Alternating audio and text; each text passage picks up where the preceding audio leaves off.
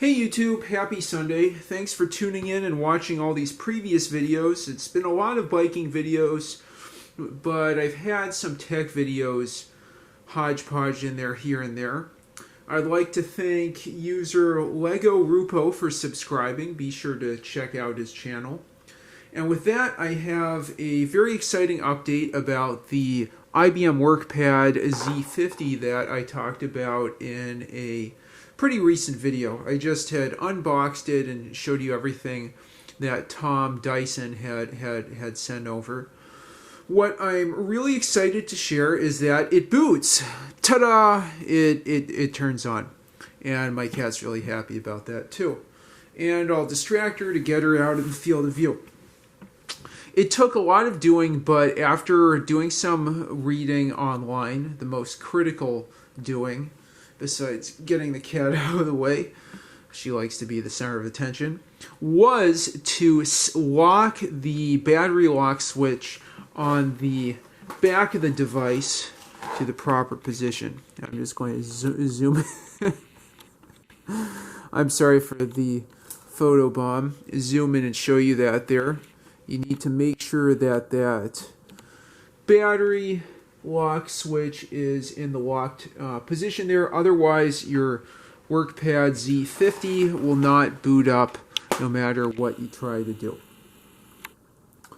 Okay, so with that, without further ado, let's open up the WorkPad. Let's get marked by the cat and see what we have here. You can see it clearly turns on.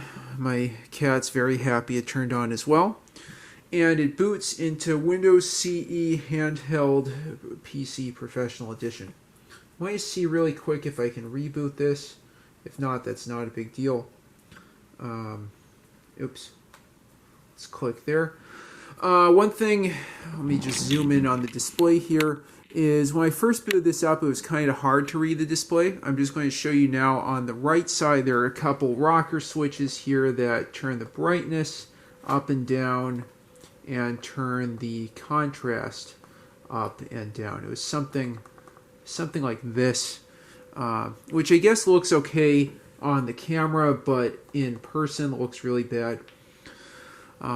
Yeah, so I had to turn the contrast up from that previous setting so it wasn't so ghosty and grayish. I guess this is probably a I'm forgetting the words, PSTN or passive twist, passive something twist. Anyway, I forget. It's one of those more ghosty LCD displays compared with the newer, I guess, TFT displays. I forget if it's maybe DSTN is what I'm trying to think of. I'll remember it and then put that in the description. I apologize for forgetting that. But let me go ahead and adjust the brightness here and just show you what Windows CE Handheld PC Professional Edition had to offer. Let's see, yeah, that's about the brightest it'll get. Okay, so you can see this very closely resembles, say, Windows 95 or Windows 98. Like other ThinkPads of the time, instead of using a trackpad, I use this cute little nub. Let's take a look at the cute little nub. Shangle, you're getting in the way of filming. It uses a nub as a pointing device, but it's not a true Windows PC. It's a Windows CE machine. It has a MIPS processor as opposed to an x86 processor, and applications that are pocket versions of the MS Office suite.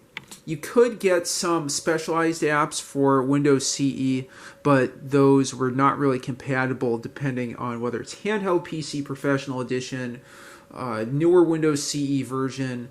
I'm trying to remember what had succeeded Windows CE.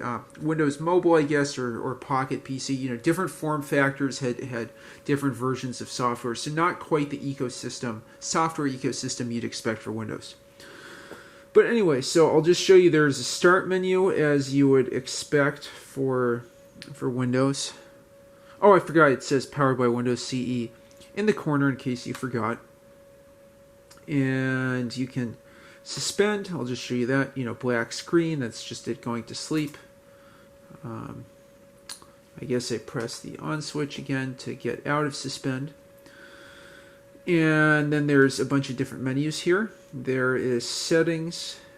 I can go into control panel as you'd expect in regular Windows.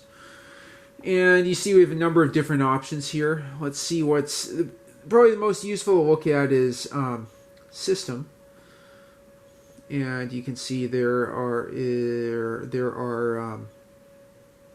48 megs of RAM, 16 megs for storage, 32 megs for program memory, and you can see how much is used.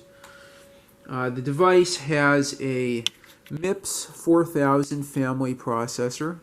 I did not mislead you there. 48 meg of RAM and a 64 meg flash drive in one of the expansion slots. Let's go to system here. Windows CE handled handheld PC edition version 3.0, core system 2.11. I definitely remember reading about this. Pocket Internet Explorer version 3, and Pocket Outlook version 3, and then the whole Microsoft Office suite that I'll show you in a moment. Word, Excel, PowerPoint, and Access. And about copyright 1996 to 98. That makes sense. This machine was released in 99. Okay, and you saw a little information about me. Let's see. Communications, I'll just look at that really quick. Oh, PC connection. Oh, that's not anything too exciting. Okay.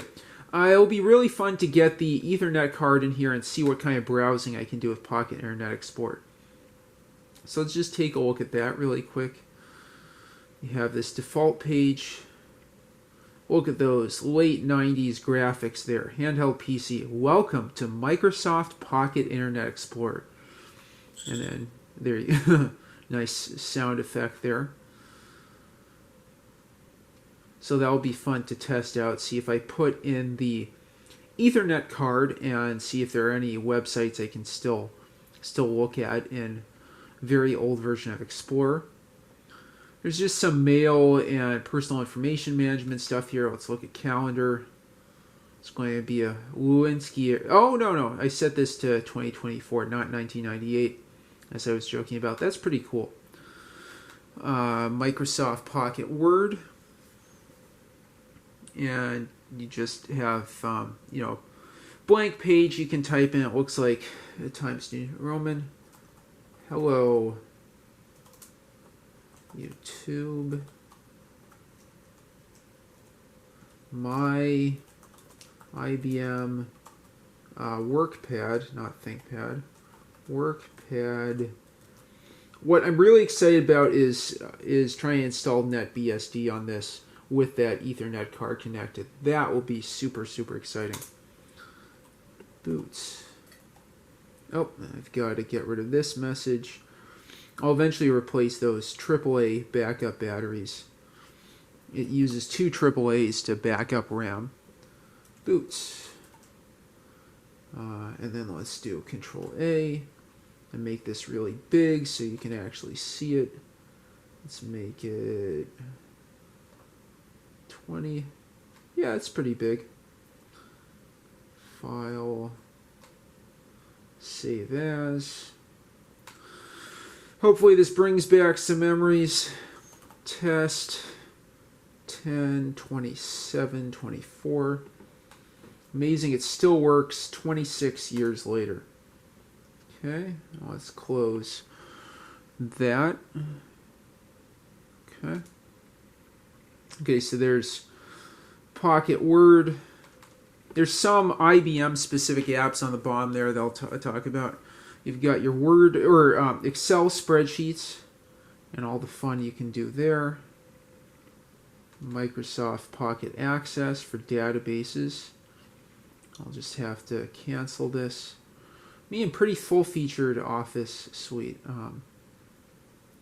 Okay. And close that. And you even get PowerPoint. That's pretty incredible. I mean, I remember Word and Excel on these old Windows CE machines, but never PowerPoint. They weren't PPTs at the time. They were PPVs. Isn't that funny? You know what's incredible about this is it has a VGA port, so there is an outside chance that I could screen capture from the output of the VGA port. That would be really entertaining. I guess that means I have yet another YouTube video to do, and there's a user whose username I forgot. I'll give him a shout out, him or her a shout out at some point, who wanted me to try out the HB95LX calculator. But anyway, that would be a fun future video, doing VGA capture from this. Let's just take a look at some of these IBM utilities. There's Solitaire built in. That's the one game built in here. That's not too exciting, just a dashboard. I'd like to thank my cat for not distracting us right now. She's sitting comfortably behind the camera. There we go. That was a mistake for... Why did I say that? Shangle, you need to get back here. Oh, I guess you all didn't see that, but yeah, she came up to me when I talked about her. That's what she does. She is a kitty. B-print. Forget what B-print is. Yeah, we're already 12 minutes in, so I'll try to wrap this up pretty soon. I guess some kind of print server. I have a thermal printer. It would be rather cute to try to print something from this to a thermal printer in Windows CE and NetBSD. Have, you know, a little mini office between your WorkPad and your thermal printer. Excuse me, sir, I have a fax. Useful backup plus. Let's see. Back up your device. Yeah, so some nice third-party applications that IBM decided to include here. I'm really impressed with this. I mean, the screen's not that bad. It's not whatever active matrix. Yeah, maybe it's active matrix, TFT, and passive matrix. I forget if it was a DSTN, some kind of twist. Again, I'm sorry, I don't remember that. Anyway, my point is the screen is quite good for what it is. For, you know, not being a more modern, higher refresh rate LCD. Okay, so we have a good deal of accessories, ink writer, calculator, a voice recorder. That's really cool on something of this vintage. Communications. There's a terminal app. I mentioned I have a serial dongle, so I could connect to a Linux machine. Solitaire, full Office suite, Pocket Outlook, and those WorkPad specific apps that I showed you, as well as that battery calibration. And let's just wrap up with Windows Explorer here. You can see you can access everything, including what's on the storage card. Oh, there's some Telnet app. That must have been something that Tom put on here. Oh, that is really cool. That is super. Let's just look at help here. About Telnet. Pocket Tel. Oh, okay.